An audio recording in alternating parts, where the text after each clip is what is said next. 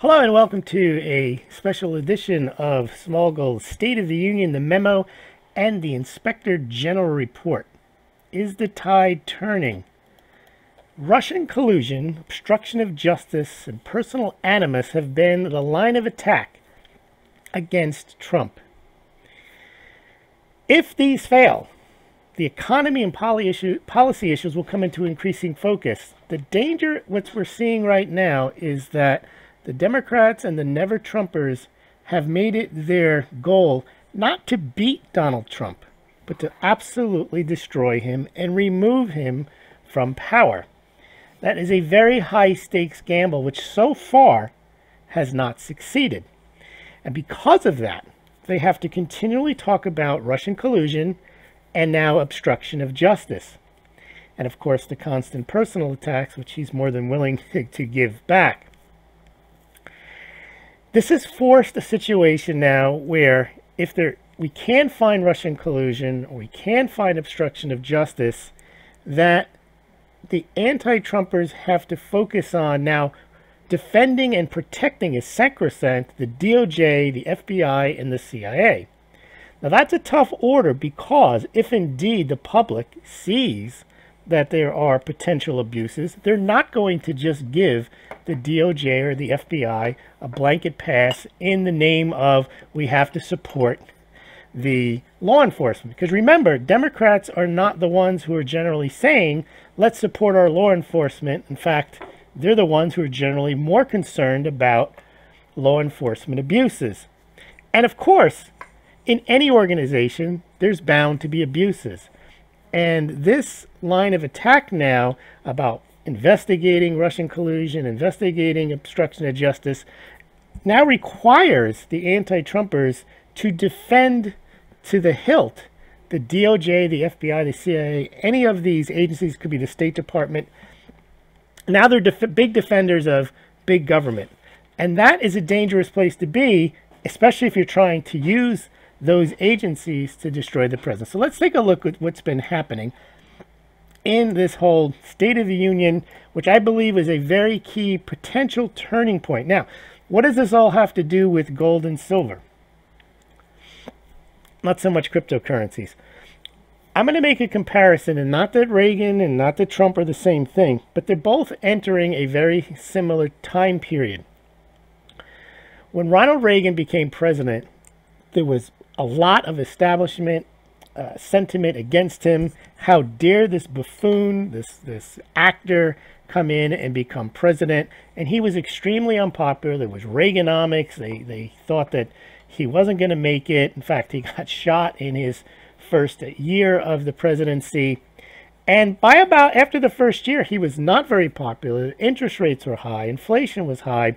And it looked like Ronald Reagan was going to be a one-term president. And the attacks on Reagan were relentless. However, by 1983 and early 1984, it became apparent that the economy was booming, and Ronald Reagan was reelected in 1984 in a landslide. And what happened with Reagan was a shift, and I lived through it. The left wing, the liberals at the time, were the dominant force in that they had forced Richard Nixon out of office. They were feeling their oats. They had brought in Jimmy Carter, but Jimmy Carter was not a very successful president. But still, the prevailing sentiment in the country was still post-hippie liberalism. And Reagan, within a few years, pushed out the liberals and pulled in the yuppies. And that's when you started hearing those USA chants.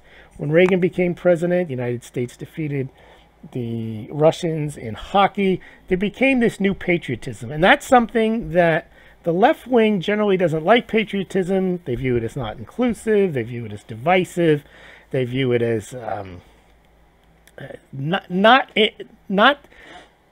they don't like blind patriotism. And actually, there's a point, blind patriotism could lead to extreme nationalism, but they don't like it in any way, shape, or form.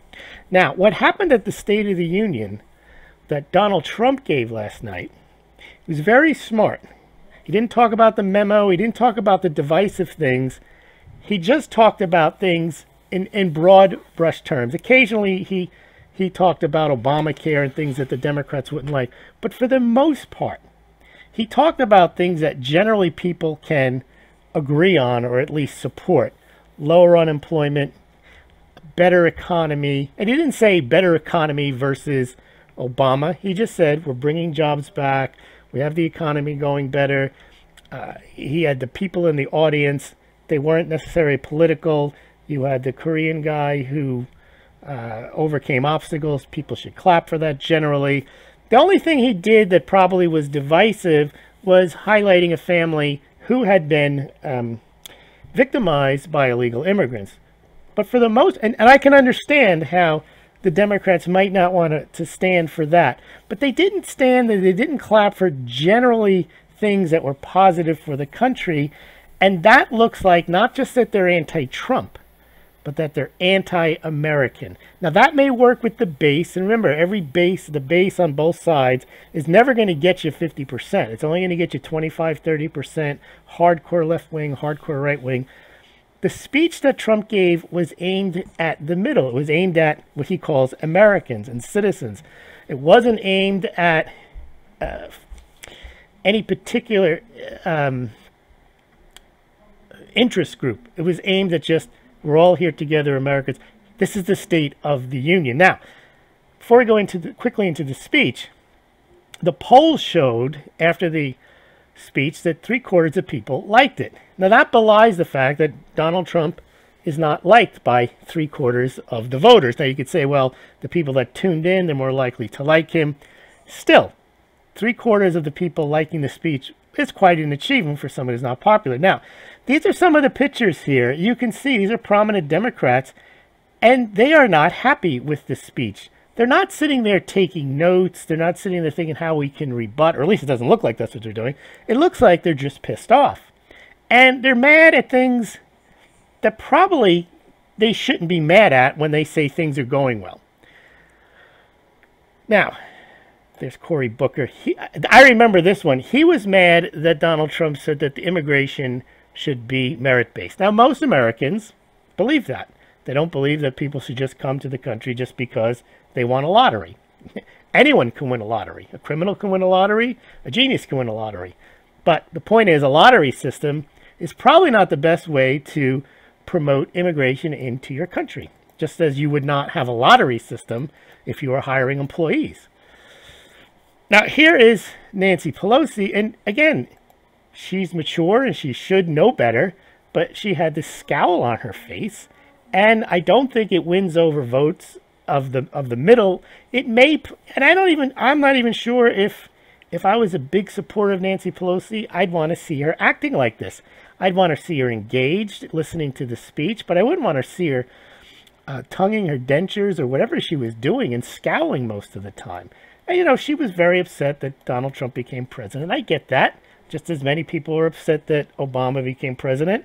And some people behave badly when I say behave badly, I mean during the State of the Union, did not give the president the proper respect when he gave his State of the Union. In fact, one guy yelled up and got up during one of Obama's State of the Union address and yelled, "You lie." Okay, so it happens on both sides, but that looked more like an individual guy that people chastised for doing it. This looked like most of the Democrats were fairly perturbed that they even were there. Now, this guy here, this is Gutierrez, and again, this I think was a bad move. He says whoever translated the speech from Russian for him did a good job. Now, there's nothing in the speech. In other words, the United States is doing really well. Thank you, Vladimir Putin. Thank you, Russia. It just doesn't make any sense because, again, as we go back to the beginning, the narrative they're pushing is that he is a Russian puppet. Now, it's very easy for people to look at it and say, well, why would Donald Trump want America to do well on behalf of Russia? It really doesn't make much sense. And so you kind of lose, other than people who firmly believe, just for whatever reason they want to believe or they've been told to believe, that Russia is a Putin puppet, and which most people don't believe. That's where I think they're missing the point, because there's not been any evidence, and there has not been a history of Donald Trump in his life being known as the guy running around, palling around with Russians. So it's almost like the people who have latched onto it, they have to make it so, but they see it where even if he is a Russian puppet, there was nothing in that speech that would indicate it was given on behalf of Russia. And that's where this guy loses, I think, the middle. And then he also walked out of the speech when they started chanting USA. Now, maybe he was upset about that, but again, it's the United States State of the Union. Most Americans want to hear about America. They shouldn't be offended by a chant of USA. Again, other than those who are concerned, perhaps legitimately, for overly nationalistic views, but if you can't have a pep rally at the State of the Union for the United States, where else are you going to have it? And you have these people here. These are adults. They sat around, and you can click on it. They watched this Trump speech, and they threw shoes at the at the screen. Now, what made this speech popular was that he was inclusive. Now, not inclusive, was that he was trying to be uniting. Now, people can say, well, Donald Trump doesn't have a uniting bone in his body. That could be true, but at least the speech was an effort at that, and maybe people saw the hypocrisy. Who knows? But then what happened was they picked Joe Kennedy as the guy for the rebuttal to the State of the Union for the part of the Democrats. Bad choice. First of all, the Democrats are supposed to be anti-white male privilege. They picked this guy. It's probably the epitome, or I don't know the guy, but I mean, he represents a patriarchal family with Joe Kennedy at the top, and then John Kennedy and Bobby Kennedy and Chad Kennedy, the whole clan. And that's a patriarchal white male family. And unfortunately for the young guy, he looked like he was drooling. Apparently he had chapstick, and I guess in the heat of the light, it drooled out here. You know, chapstick acquittic. And also, the poor guy, I don't know who thought this one up, he's standing in front of a car. Now that, oh, for people who remember, Ted Kennedy had an issue in 1969, the day they landed on the moon. He had an accident, drove off a bridge, and a woman drowned. And he didn't report the accident for, I think, 24 hours or something. So here he is standing in front of a car. He's a Kennedy, white male, privileged. And ironically, the name of the town he's speaking from is Fall into the River, Fall River. So that speech didn't go very well. And the same thing with Bernie Sanders gave a speech. And again, not his fault, but apparently his mic cut out. He had technical difficulties for three or 4 minutes. It looked like, you know, perhaps he was giving the speech from somewhere in Venezuela, where they don't have the technical capacity to keep a TV line open for more than 3 minutes in a row. And then, of course, there were these types of images too. Democrats caught playing Candy Crush. These are not good images because they may make people who really are hardcore Democrats say, yeah, they showed them, they weren't paying attention to them. But the people in the middle don't like this. They realize that these are representatives. They're not there to resist anything. They're there to listen to a speech. They cannot show up, but if you're going to show up, any common decency or decorum says, you watch the speech, you politely clap, you leave. Maybe you do a rebuttal the next day. But this kind of thing, this is disrespectful, and it doesn't play well with the middle. Now, the speech, this is a CBS poll, showed 75% approve, 25% disapproved. But the remarkable thing here was the amount of Republicans who liked the speech was almost unanimous. Democrats who watched the speech, almost half, 43%. That's very, very high. This is the key number, though, 72% of independents. That means that the middle is watching and saying, I can live with this. I can live with this guy. Now, that goes against the entire narrative that you can't trust this guy, everybody hates him. Well, he gave a speech, and the people that hated him, it appears, were the Democratic representatives, not the people who watched the speech, the other people who watched the speech.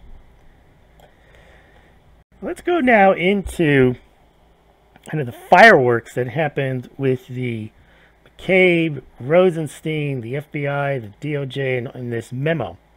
So earlier in the week, FBI Director McCabe deputy director, resigned. Now, he resigned before the memo came out. He was supposed to resign at the end of March, and he left suddenly, and there's some talk, we're going to get into this a little later on, that he resigned not because of what was going to be in the memo, but what's going to be in the Inspector General's report, which we haven't seen yet. So let's just keep him on hold for now. But also keep in mind that McCabe is also tainted with being partisan, and that he was part of the Hillary Clinton investigation, which many believe was improperly handled, and that it resulted in her getting a pass, in part due to Mr. McCabe's bias. And here's Donald Trump saying, how can FBI Director Andrew McCabe, the man in charge, along with Leakin James Comey of the phony Hillary investigation, including her 33,000 illegally deleted emails, be given $700,000 for his wife's campaign by Clinton puppets during the investigation? So not only was Andrew McCabe involved in some of the more questionable judgment calls on the Clinton investigation, but also there's an indication that maybe he was biased because of the campaign donations to his wife. But anyway, he stepped down and was forced to retire earlier. Then there were notices that maybe he wasn't forced to, maybe he was forced, that he didn't just retire early, that the director of the FBI told him he had to go. And we'll see what happens to McCabe. And then his text messages go missing. So there seems to be, and this is the issue here again with the middle. If you already believe that Donald Trump is a Russian agent, a Russian spy, then you believe that it's just you just have to let the FBI, the DOJ do whatever they can to have him arrested and hung for treason.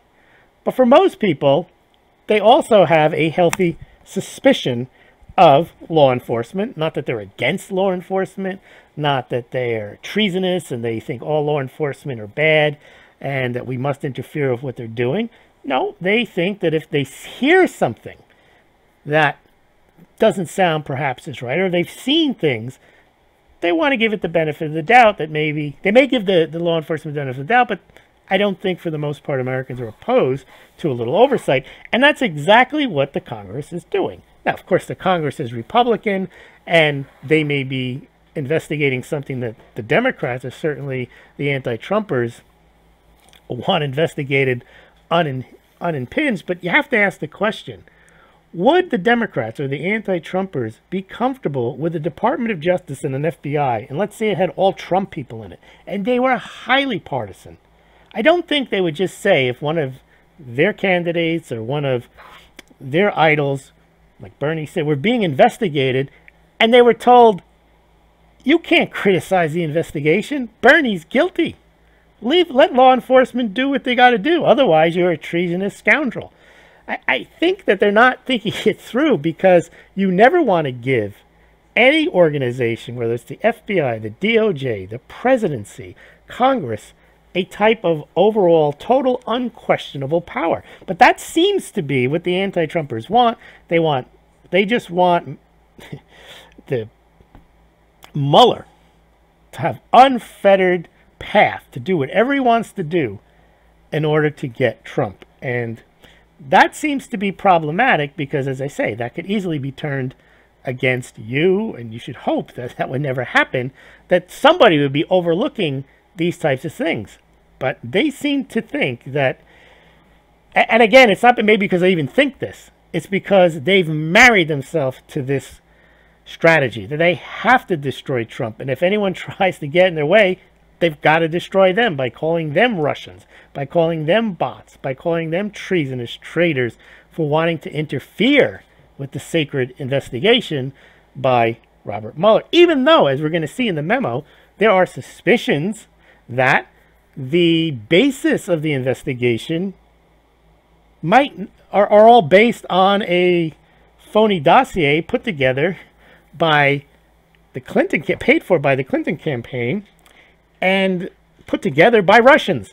So with those set of facts, they don't have the ground to stand on to say, just leave them alone. Nothing to see here. You're being treasonous for trying to undermine the FBI. Well, I would say that the FBI perhaps has undermined itself with these facts. And then remember, this is what they're finding out through, and they had to do it through subpoenas, and they didn't get this information. It took them a while to find these facts out. Now, there could be, as the Democrats say, extenuating circumstances. We're going to see, I would hope, the Democrat memo, where they try to either explain away or minimize what looks to appear to be a smoking gun. Well, that's good. Now, normally you shouldn't have to go through all this process, but we have seen enough to think that, and this happens and should happen, as Thomas Jefferson said, every 20 years. There needs to be a bit of a revolution, because when you have people ensconced in bureaucracies, power is going to corrupt them, no matter who they are. If they think they can get away with something, they're going to get away with something. And what you're seeing here is, thankfully, that there may be, there is a check on that power. And it's disingenuous to say they just need to be allowed to do what they're going to do, which would mean they could do whatever they want to do, and you can't criticize them, because that would be treasonous and that would be traitorous. And that's not the case. So I think it's a good thing that they're looking into it. I'm not making judgments yet as to what happened, but I see enough, and I haven't seen enough to make me think that it's not true, that maybe something is going on here that needs to be looked at. Because I don't start with the premise that Donald Trump must be removed and Donald Trump is a Russian. If I start with the premise that he might be a Russian, then I say, well, then there might or should be an investigation. But if I see that the investigation perhaps was created on faulty grounds, I start to question. And when I see who the people are that are doing the investigation, they're all Democrats, you start to think, well, maybe this is partisan. And if it is partisan, it's only reasonable that the other side partisans will take a look at it. So that's what's happening now with up to the point where McCabe has been fired, and now they're going to talk about this memo. And McCabe is out. Now they're worried about Rosenstein, who's now the acting director. They're worried about him going out, and that Trump's going to fire him. So far, none of this has happened. And then these two, Strzok and Page, they're carrying on an affair, but they're also carrying on, more importantly, or seemingly to be carrying on a plan to get rid of Trump. They both have stated they don't like him, they want him out, they have to have an insurance policy, and then their text messages go missing. So again, coincidence? FBI text messages go missing, McCabe's text messages go missing, IRS text messages go missing, Hillary Clinton's text messages, emails go missing. You'd have to be a brain-dead person in the middle to say, it's no big deal, it's just the Republicans making up a bunch of nonsense. It's too much of a coincidence. It doesn't mean, again, it's not dispositive, but it certainly means you better look at this when you start to see, this is the FBI. This is the Secretary of State Clinton. These are people who are well aware and should have procedures for document retention. This isn't like Joe Smith, you erase your emails all the time. So what? Of course you can have this missing emails. You're not anticipating, you're not in government, you're not in business, you're not anticipating legal proceedings. Of course you lose text messages and email messages and delete them. These are people in law enforcement, and they know better. For them to go missing, it does raise some concerns. And questioning that doesn't make you a traitor or treasonous. Now the DOJ watchdog says that the inspector, that they have the missing text. So we're going to see, they're going to have a report from the inspector general, and we're going to find out what's been. Get to the memo. Now, before the memo came out, the Democrats were in a panic, it seemed, that they did not want this memo to come out. And they were making all sorts of threats that this memo shouldn't come out. Former federal prosecutor, if memo is released, I will call for a criminal investigation of newness. Now, I don't know what the basis of the criminal investigation would be. I mean, former babysitter says she'll call his mother too. If he can write a memo and it can be declassified by the committee and by the president, there's nothing criminal about it, because the Congress has this oversight And a lot of people don't understand. They keep saying that Trump doesn't understand the separation of powers. The Department of Justice doesn't belong to him. Well, it kind of does, because the executive branch is in charge of the Department of Justice and the FBI. It's not as if Donald Trump is overruling the Supreme Court. That would be a violation of the separation of powers. It's not like he's writing legislation. That would be a violation of the separation of powers. He'd be violating the legislative branch. The Department of Justice and the FBI are reporting to the president. We had examples of, in the Obama administration, Loretta Lynch was his, and Eric Holder were his attorney generals. And Holder even said, I'm still Obama's wingman. Yeah. Yes, they represent the country, but they also are working with the president. The president can direct their actions. So when the president says he wants to know if Rosenstein is for him or not, what he's really asking is Rosenstein working against him in the FBI, working with in the FBI, or is he pursuing justice? I would think that the president, whoever he is or she is, would want justice. They certainly wouldn't want somebody working against them. And it's only fair to understand that. Now, the memo says here, Rod Rosenstein didn't tell FISA judge he was relying on Hillary-funded fake dossier to get a warrant to spy on Carter Page. This is before the memo came out. This is true. It's a huge deal. We're talking about spying an American citizen. The thing about the FISA court is, I saw a very good comment.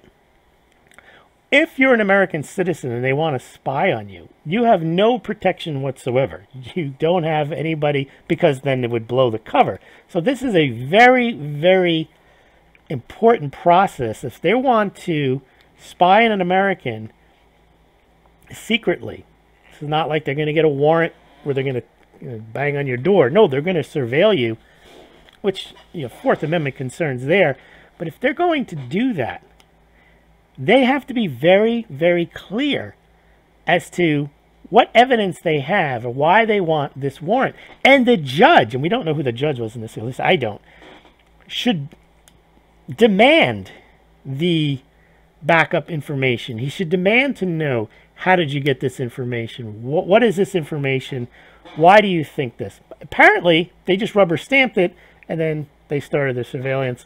And they continue to get, as we'll see in the memo, the warrant extended for another 90 days. And so here there was a lot of speculation that Rod Rosenstein approved the spy warrant on the Trump campaign even after the election.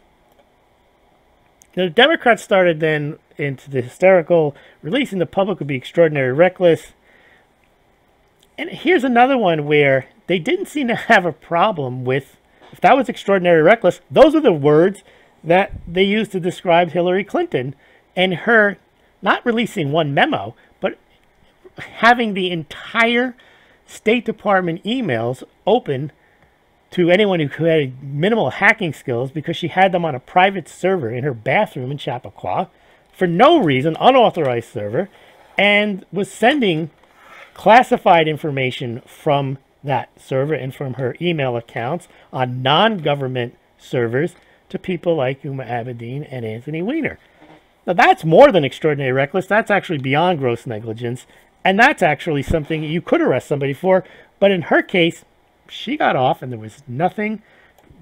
She basically got 100% off. Now they're talking about this being extraordinarily reckless.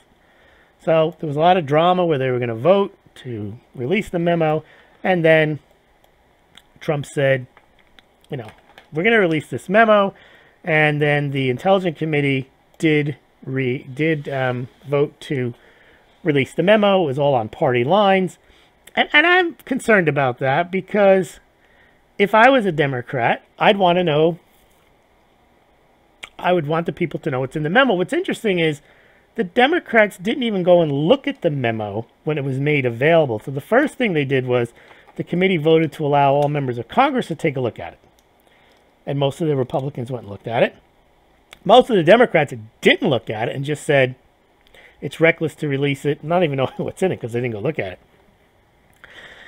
And then just a quick aside here, they had the Grammys, Here's another type of tone-deaf thing. Yes, Hillary's very popular with the left wing and the Hollywood crowd. She reads from the tabloid book Fire and Fury, which I guess is the Bible for being against Trump. But most people are not. The middle, again, is turned off by Hollywood and the Grammys and the self-congratulations that they do. Here's just an example of bots.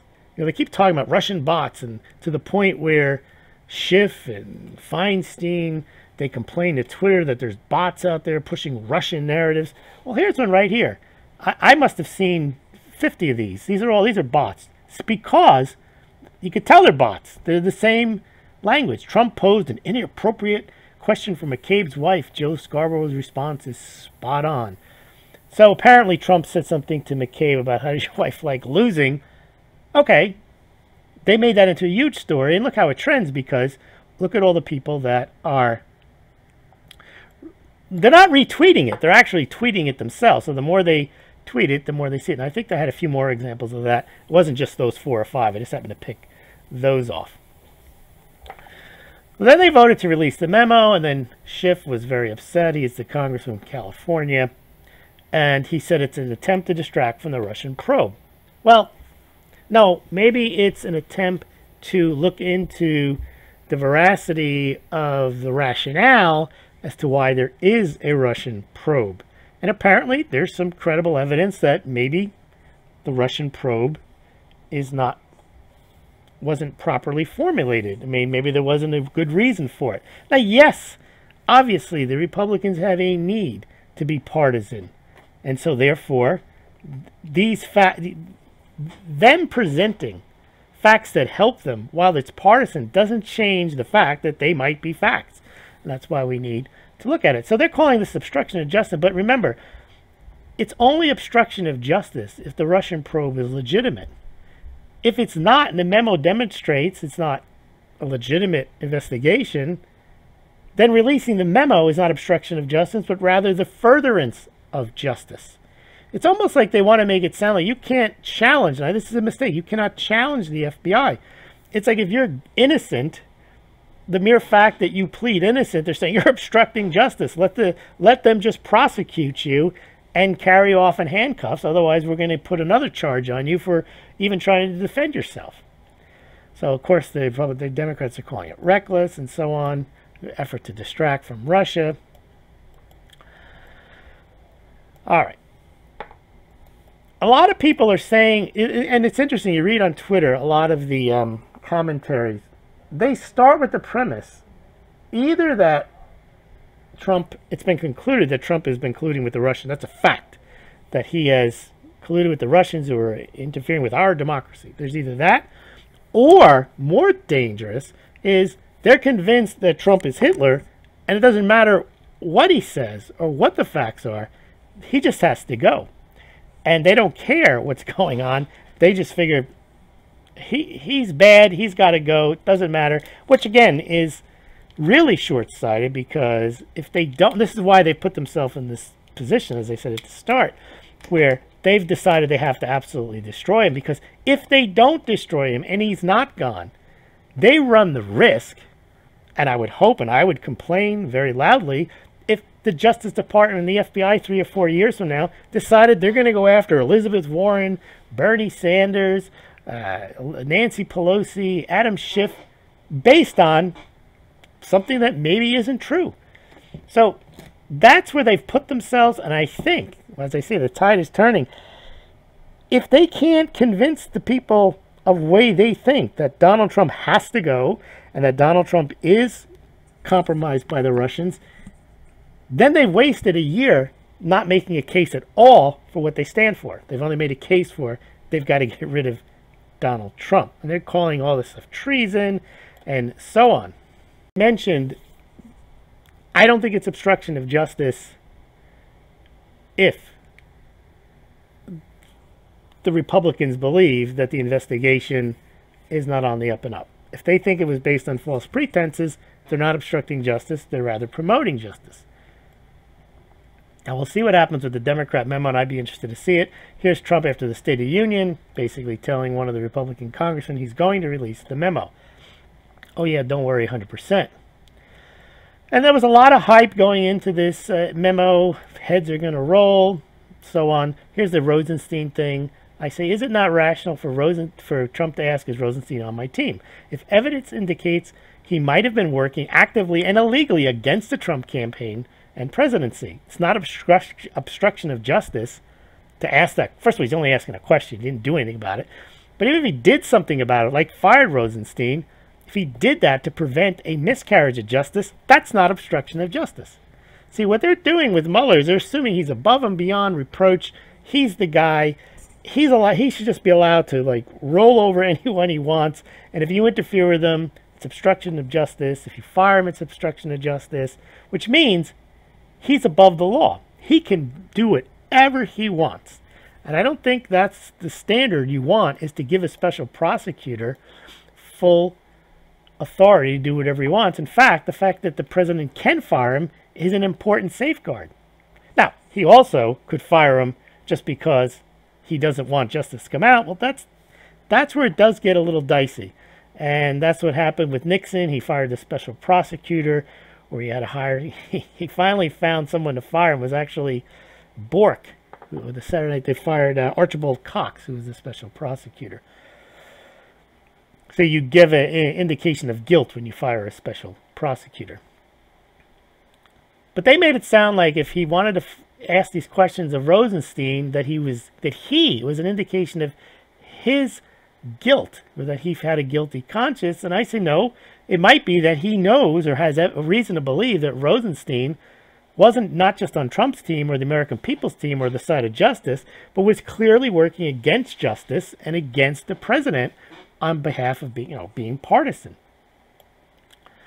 So here's a guy saying, if Trump releases the memo now, it would be clear for all who cared to see that he's not looking out for national security, but for himself.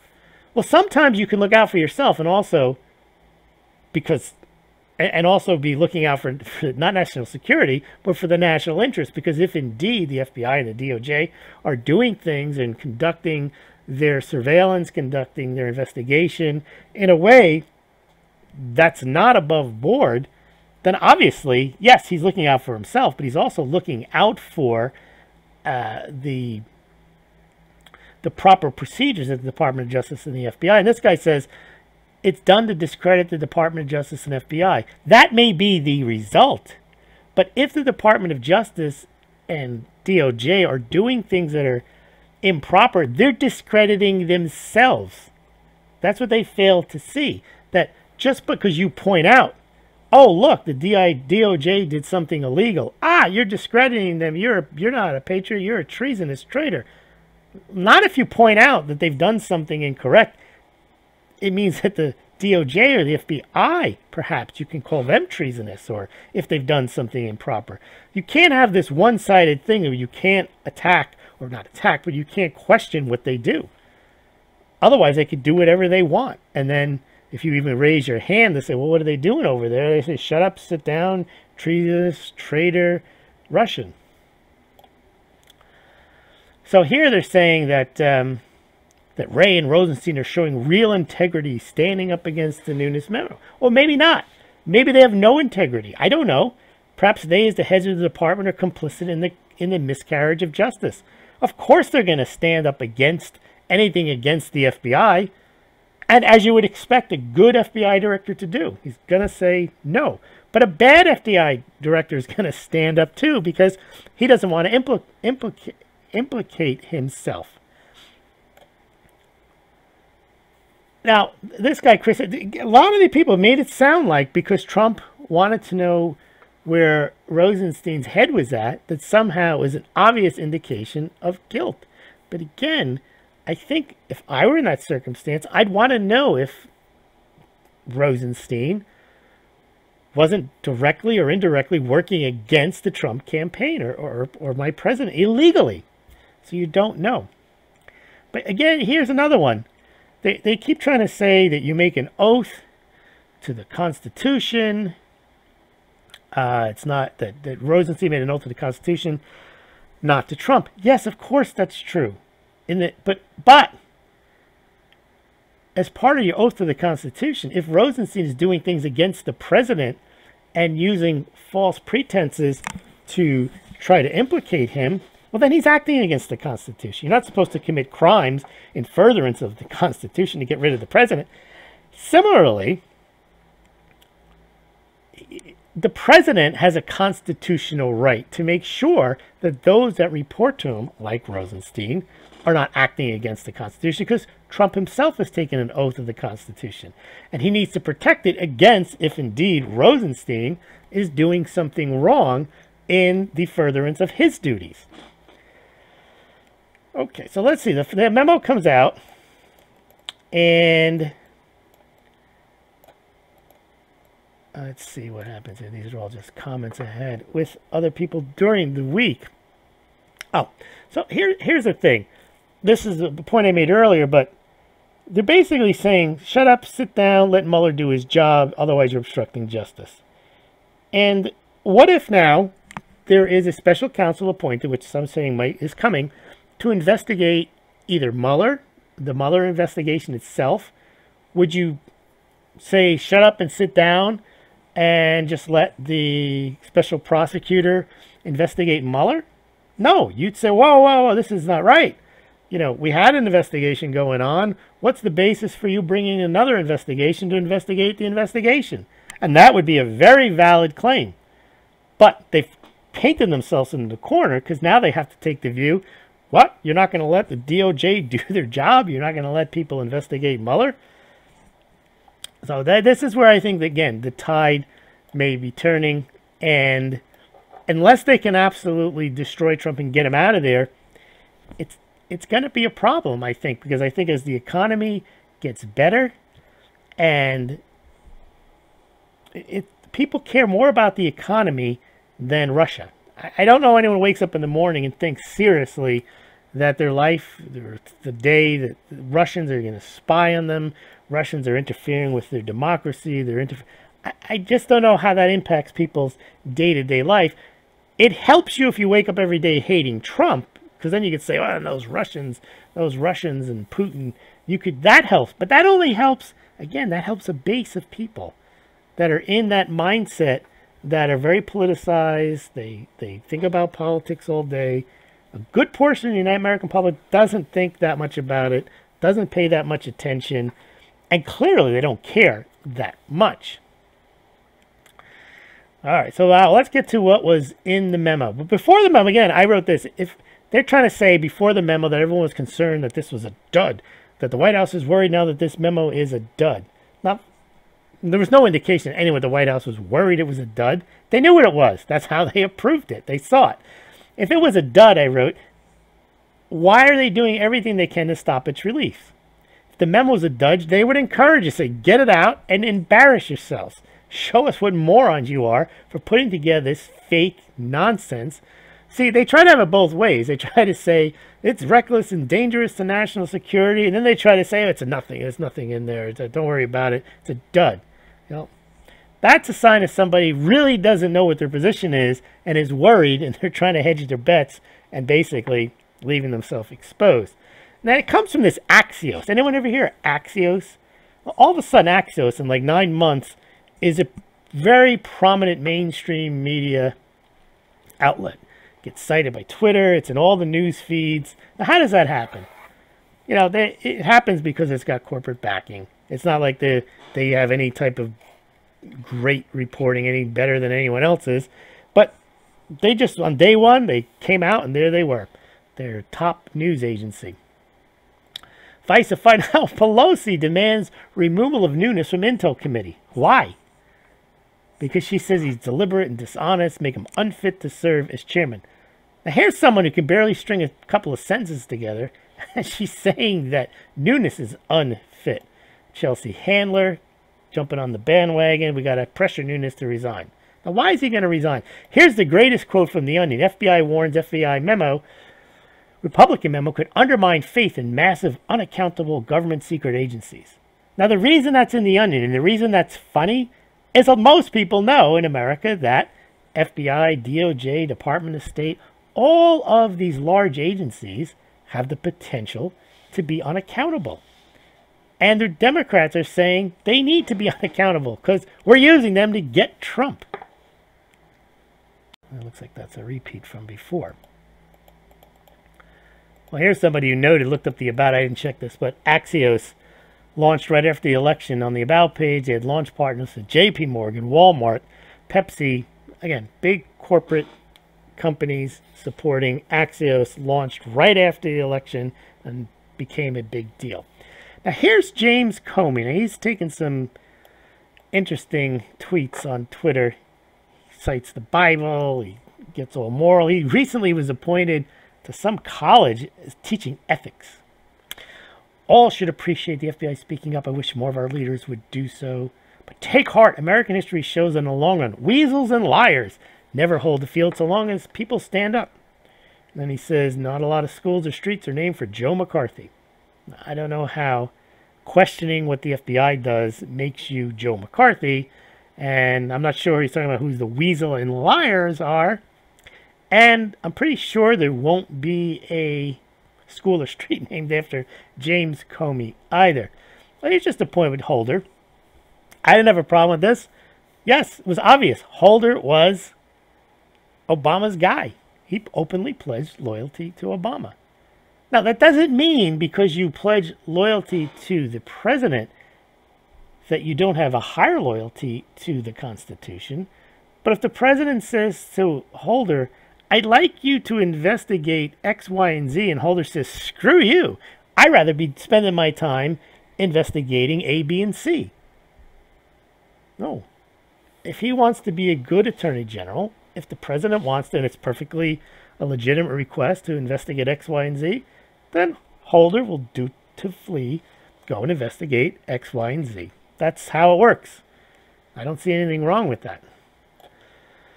And then just before the memo was released, Trump says you had Hillary Clinton, the Democratic Party, because he's already read the memo, try to hide the fact that they gave money to the GPS fusion to create a dossier which was used by their allies in the Obama administration to convince a court misleading by all accounts to spy on the Trump team.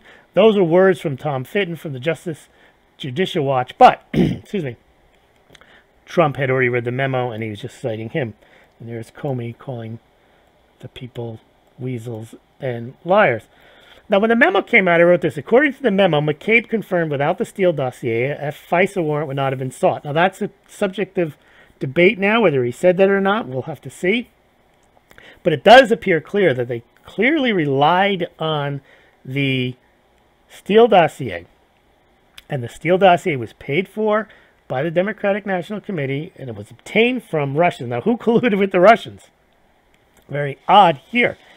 And the guy Steele also was tainted in that he was on record as being a Trump hater, was passionately about him not become president. He even, as an FBI informant, broke the rules of FBI engagement by talking to the media. And the FBI found that out. They fired him. And, however, they used in their FISA report the dossier, and then they also used the media reports, which came from Steele, from his dossier. So basically, all the information they got was from this Steele guy, who was paid for by the Democratic National Committee, who broke protocol and then also leaked information into the Yahoo News and other news outlets. And then they used that information, knowing that this was not legitimate information, not properly sourced information, politically motivated information, to go to the FISA court and get a warrant. Again, this is what the memo says. And the only reason the Republicans were able to put this memo together was the House Intelligence Committee had a subpoena, and they took them almost a year to get this information. So right now they're saying that the information in the memo is cherry-picked and so on. Well, now there's a movement to say, let's get the supporting documents out there. Now, I say the FBI and the DOJ brought this upon themselves because we should not be going through this. I don't think it's a good idea that the public is looking at all these documents. But so far, the memo hasn't endangered national security. If they say that the way they get their sources and methods were compromised, so you hire a guy from the Democratic National Committee, I don't think your sources and methods are compromised by disclosing that. I think your sources and methods are faulty and they're not good, but that doesn't endanger national security. The real shocker was Senator John McCain saying that the releasing of the memo serves Putin only. Now that's nuts to say that, because in a system of checks and balances, every country has internal reviews for fraud, for improper procedures. It's got nothing to do with acting in the interest of a foreign power or Putin. And then there was when you go through the memo, I have a link here, right here. You can click on it, you can read it. It's a very quick read. I'm not going to read all the details, but the memo makes clear the point that the people that were engaged in creating the FISA warrant and the information that went into the FISA warrant were anti-Trumpers, knew about where the information came from, knew that it was paid for by the Democratic Party, even knew, as Comey said, later he said that the information was salacious and unverified, and yet he signed off on the warrants. Those are his own words that he said later on after signing off on the warrant based on that dossier. Now here it says, according to the memo, Comey told Donald Trump that the Steele dossier was salacious and verified, and he told Congress that. He told Donald Trump that. Well, if he told him that and he was aware of that, then why did he sign off on the FISA warrant, which used that unverified and salacious document? Remember, that document had things in there that Donald Trump had gone to a Russian hotel, asked to get in the room, stay in the room. Michelle and Barack had stayed, and then hired Russian prostitutes to urinate on him and on the bed. Okay, there's no basis in fact. In fact, what happened with that is the dossier, and I know I'd heard that McCain was in possession of it, a lot of Democrats were in possession of it, and they wanted to get it to the FBI, but before they got it to the FBI, or even the FBI already had it, they wanted it out in the press. And even the major news outlets, they were reluctant to print it because they're like, we can't verify this. And I think finally BuzzFeed had the courage, or the, don't know if it was reckless, to publish it. So they were actually trying to get it out there into the public. And now, when there's a congressional committee that decides they want to put information out in the public, they want to have them arrested. But they had no trouble putting it out into the press, fake information. Now, you could say the Republican memo is fake, but they can at least point to source documents that they got from the DOJ and the FBI. The Steele dossier had no evidence whatsoever to be able to say these salacious things that they had in the memo. And it was also interesting how the headlines in the mainstream media, the Republicans published a disputed memo. This one said here in Twitter Moments that the Republicans published a classified memo. That's not true. They published a declassified memo. Here it is. House Republicans published a classified memo. This is like the quick thing that you see. So now you're thinking, oh, Republicans are lousy people. They're out there giving away the secrets. No, they published a declassified memo that they ran by the FBI and they ran by the president, and it was declassified. They didn't release a classified memo. But of course, this is treasonous to do so. But again, when Hillary Clinton is passing around confidential information, secret information on an insecure server, not a problem with that. Hey, it's just email. And here Jim Jordan makes the point that FBI takes salacious and unverified dossier to secret court to get a warrant. Meadows says the same thing. That so now you know the story, at least from the Republican side, that the people who are involved in getting the FISA court warrant application were Comey, they were McCabe, you had Sally Yates, but the normal cast of characters of people that are on record as being never-Trumpers, and they used information from Steele, who was a never-Trumper, and I think one of the, Owen, I think his name was, he was involved in getting the FISA court application. His wife worked at Fusion GPS, who hired Steele, who wrote the dossier. So you have this group of people who apparently all in unison. Now, they all hate Trump. Now, that doesn't mean because they all hate Trump, therefore, they all acted illegally. But it does raise the question, did your hatred of Trump lead you down this path to take Democratic paid opposition research proven to be fake from one of your agent's wife's works at, and then to take it to a court and present it to get a warrant on Trump. Doesn't sound good. Doesn't sound like a good set of facts. This is the one where you can hear Senator Collins reading what, or asking, click on this one, asking James Comey what happened and whether the dossier was contained correct information. And this is the famous place where he says, no, it contains salacious and unverified information, but that's the one that he used. Now, some GOP lawmakers are, I think, probably getting ahead of themselves. They're now saying the FBI contact itself constitutes treason. So now you got the Republicans saying the FBI should be arrested, and then you've got the Democrats saying that Nunes should be arrested. And there was even one guy on TV saying that Tucker Carlson was responsible for this disaster. He's helping to help the Russians. Schiff said the same thing, that Tucker Carlson was carrying water for the Russians. I don't know why he said that, but I think if you just disagree with what they're doing or what they're saying, and you don't agree that Donald Trump is compromised and working for Putin, then you too are working for Putin, and you too are a Russian bot. Now, Trump said I think it's a disgrace what's going on. A lot of people should be ashamed of themselves. Okay, so there's a lot more information here, bits and pieces of what they found. I found this guy, I don't know who he is. Now, he made some very good comments, probably better than I've made them throughout this whole presentation. Evan McMullin is this former CIA guy. He's an anti-Trumper. And he admits that the inclusion of the dossier in the FISA application may represent an unprecedented collision of opposition research and national security. So he realized that because he knows how this stuff works. He's a CIA agent.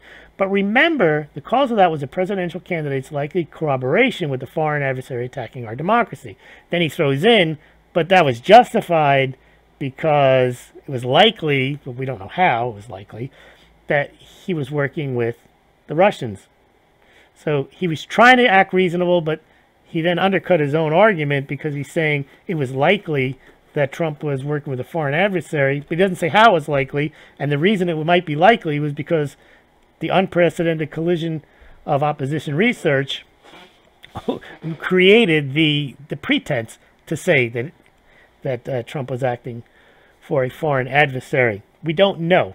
But this guy made the point. He says, sorry, I'm not a fan of Trump's, but the way probable cause was created from opposition sources and choreographed by those in law enforcement is scary.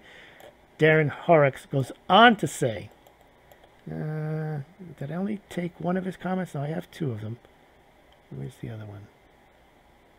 If further evidence had been found, it would likely be a product of an investigation authorized without probable cause. We have to stand up for our constitutional rights regardless of who the target of the investigation is. That's the point.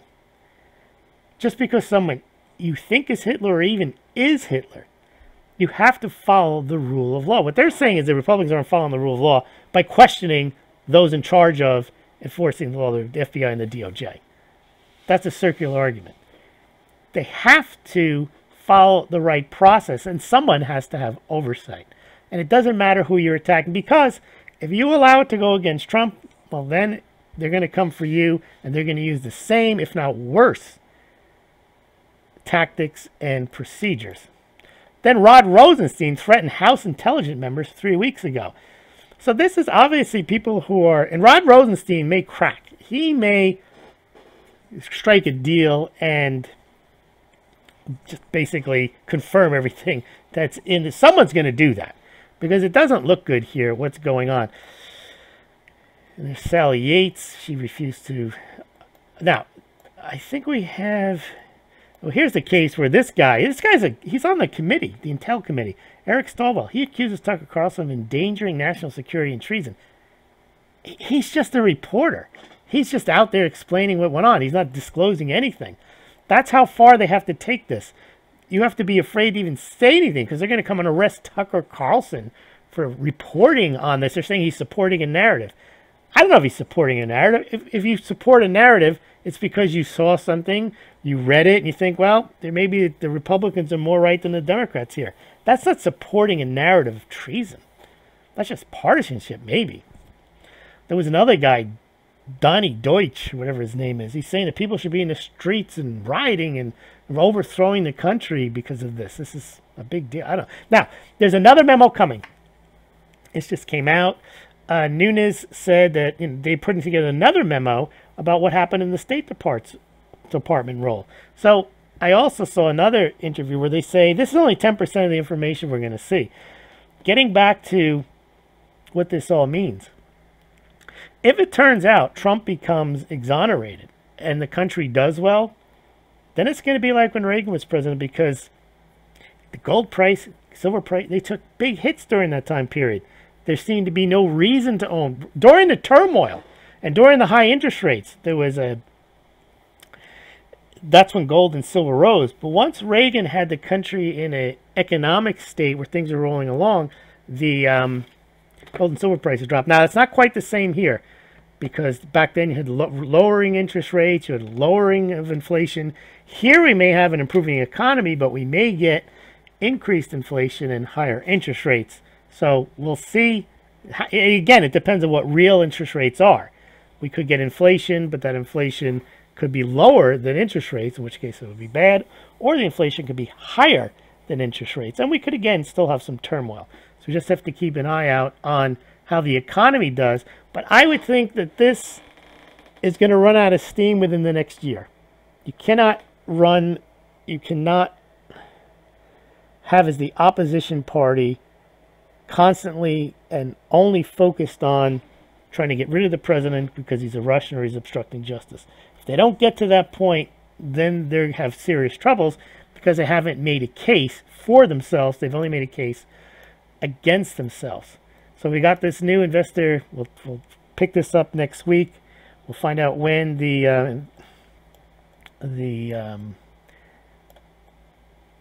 what's it called? The investigative. I've been talking for too long here. The Inspector General report comes out. That'll be the much more information, and that may actually make heads roll, because that'll be a much less partisan document. It'll be more of a result of, won't be in a memo form, but it'll actually be a report, and we'll see what happens then. Thanks for listening.